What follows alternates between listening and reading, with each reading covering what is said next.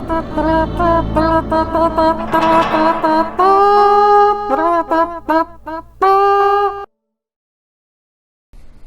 thanks for tuning in.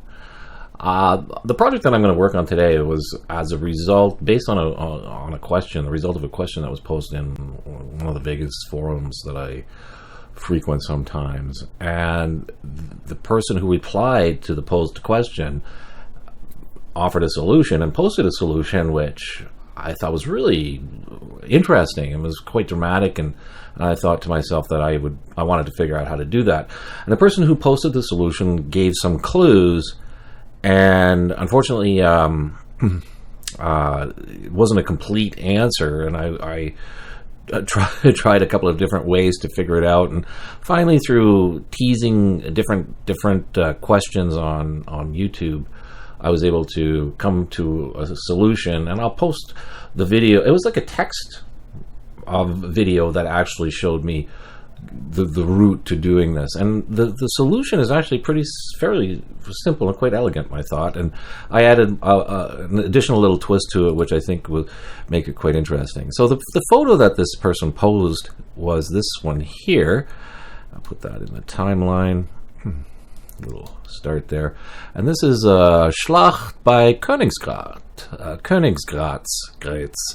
and then the artist, and this was the Battle of Königsgrätz in 1866, the Prussia-Austria-Hungarian War, Austrian War, and it was apparently a very important battle in that time. But that's okay. We'll pay to make about 10 seconds. Eh? That's not the issue. But what makes it interesting is the fact that it has this great sky here, and this burning town here in the background, and then you have like the soldiers. This is probably the Prussian general. That looks like a Prussian helmet there. Anyway, but I thought it was quite interesting. So how we do this is very intriguing. So let's begin. First, we make a copy. So this will be actually insert a video track there, and then control and lift control. Hold the control key, and then just pull the video track upwards, and that creates a copy. So now we do the pan and crop, and that's this little button here. We do the pan and crop, and we create a mask. So let's give ourselves some room to work. Now this is for Vegas Pro, and the non-pro versions don't have this mask button, but I think there are other ways to create a mask which are available. So let's I'm going to just scooch in here and get going, and I'm going to speed this up so that it doesn't take forever. So here we go, and let's make the mask.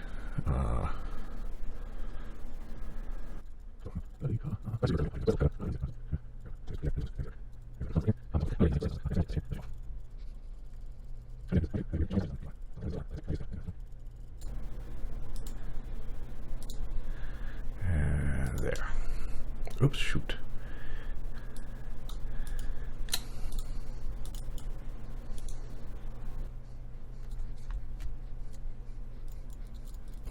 Oh no, I moved it.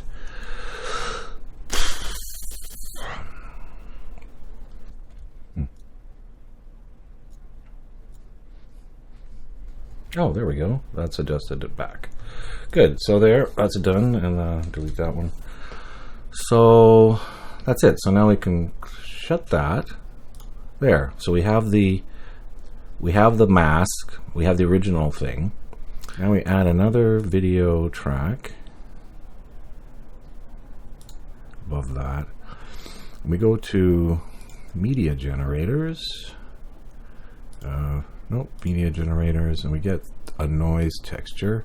And I thought the soft clouds, maybe puffy clouds, maybe a bit better, because it is quite a fair bit of cloud. So here's you can fool around with this part here, and we're going to animate some of this stuff in a little bit. So just have it. We're just going to set all this stuff up to start with. Now stretch it out to the same amount of time, like that. There. And now the cool thing is, make this custom and displacement map. And you go add, and you go OK. Now, here in the displacement map, you want to click the alpha channel scales RGB, and then here in the transparent, here you want to wrap the pixels around. And here, you just want, if you look, it has an effect right away. You can see the effect it has right away, which is obviously much more dramatic than you want. So we're looking for both the horizontal and the vertical, but we don't want very much. So 0.9, I think, maximum. That's probably about right. Oops. Like that. Oops. Like that. You close that. Now the trick is, if there's such a thing, is this little thing, this little button here. So you make this the compositing child, and then this is the compositing parent. And now, if we go back to here, custom, this should only just affect the top portion. See? And that's worked. That worked, and that's what we were after. So the trick is, just to repeat myself, the trick is to click this little button here, make a compositing child, and then this will affect this only, and then it works on the mask. Now, the trick is to go back into here, custom, and now we want to click the animate button down here. And now, how did I do? Was that how I did it?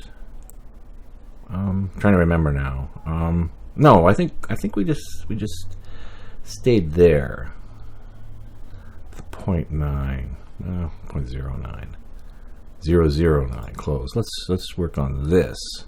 So we're going to animate different sections of this, and this is where it gets kind of cool. So let's see. And there's sort of an issue with it. It doesn't update the screen as quickly as it will once you're have it rendered.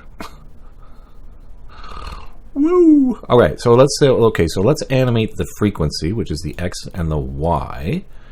And I wonder if there's anything else we need to what's the amplitude? Yeah, the amplitude looks like would be, see, you can see it working on the, so let's work on the, let's do the amplitude too. Yeah, just a tiny little bit on the amplitude. And that gives us a nice cloud. And what does this do? Anything? So you can fool around with the, see, that does do something. That's true, cool too. But I think we may have enough. Right, so we're gonna animate the amplitude too. So just for coolness sake. So the frequency. So now we're going to lock the cursor. The cursor is going to be locked there. So we're at the beginning here, and we'll go to the end there, and then we'll put it as what we desire. So we're going to put the amplitude at like 2, like that, and then the the X and Y frequency, I think goes up to 3, I think, okay? 2, maybe 3, like that. And then the amplitude, like that. And you can also fool around with we can animate the number of layers too, so then put that to 5. And then put keyframes there. Noise texture. And then X and Y. Oops, let's drag this up a bit so we get looking at it. So we'll put a keyframe here. And then the Y, we'll put a keyframe at the end. And the amplitude has generated its own. So that's pretty good. All right, so now let's go back to the beginning and see how it worked.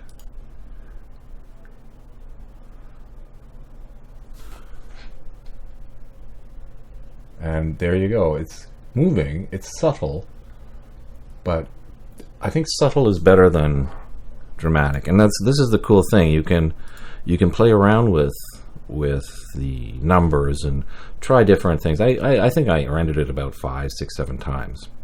But that's the basic gist. Now the other thing that I did, now what you can do is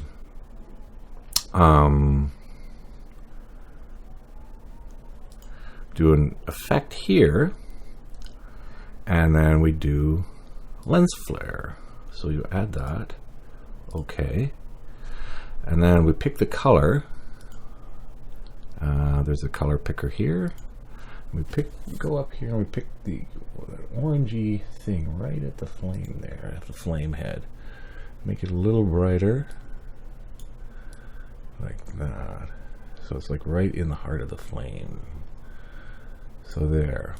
So now it has a different types of lens flares. So the sunburst one is kind of cool. So let's see where that shows us here. So if we go to intensity to show what, there it is. See? So now let's say light position. There. So we want to blend like that down like that, so it gets right in there. We want to get the size down, and then intensity, tint, maybe a bit of tint, and then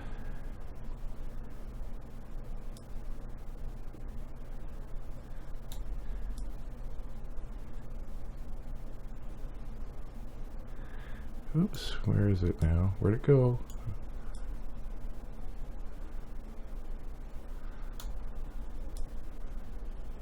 Oh, there it is. Okay, we gotta put it right on there. Yeah, there, see? So when I put this intensity slider, it just shows up right there. So we can put that in just a little lower, like that. So I want the heart of the flame.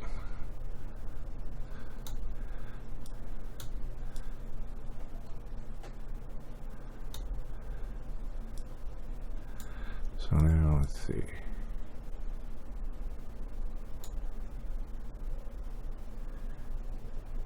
Oh, the size, right.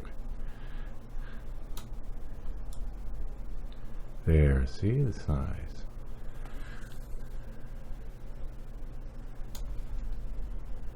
And over just slightly like that. So that's the town.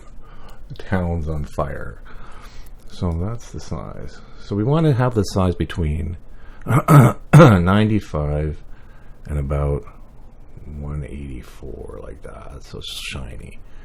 And then does this, and then this too. So oh, the intensity. Yeah, I think we can have the like that.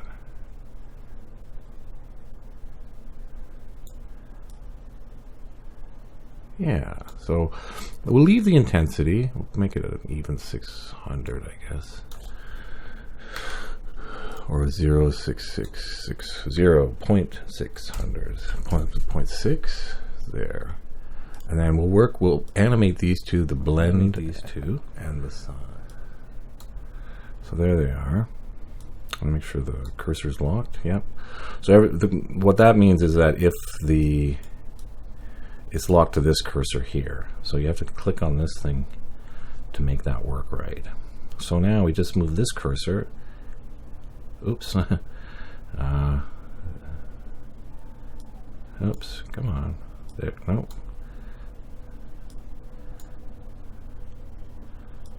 There. So see, they're locked together. So we move the cursor over a little bit, and then we just boost these sliders, and then we just do that. So I'm going to speed my way through this. And then keep an eye on that you're not making some really ridiculous thing. And the object is just to sort of have that flickering the way fire would. Back over there. And then after that, we're done. So we'll do a quick little render, and we can see the final video.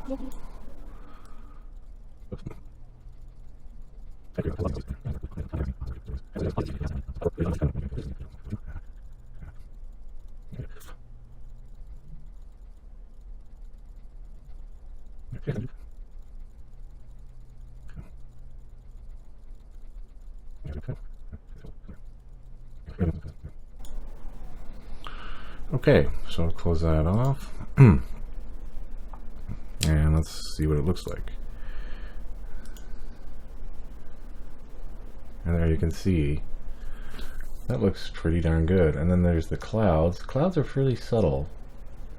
I think I like that. Okay.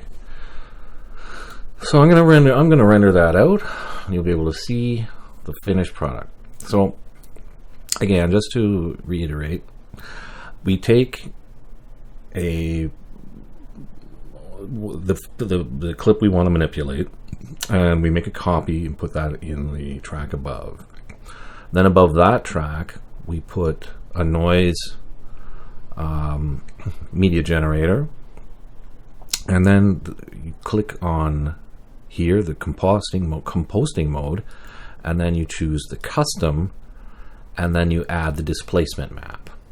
And here you add the alpha channel scales RGB channels, the pixels wrap around, and then you work on the horizontal and vertical. And if you move these sliders too much, the movement becomes very extreme.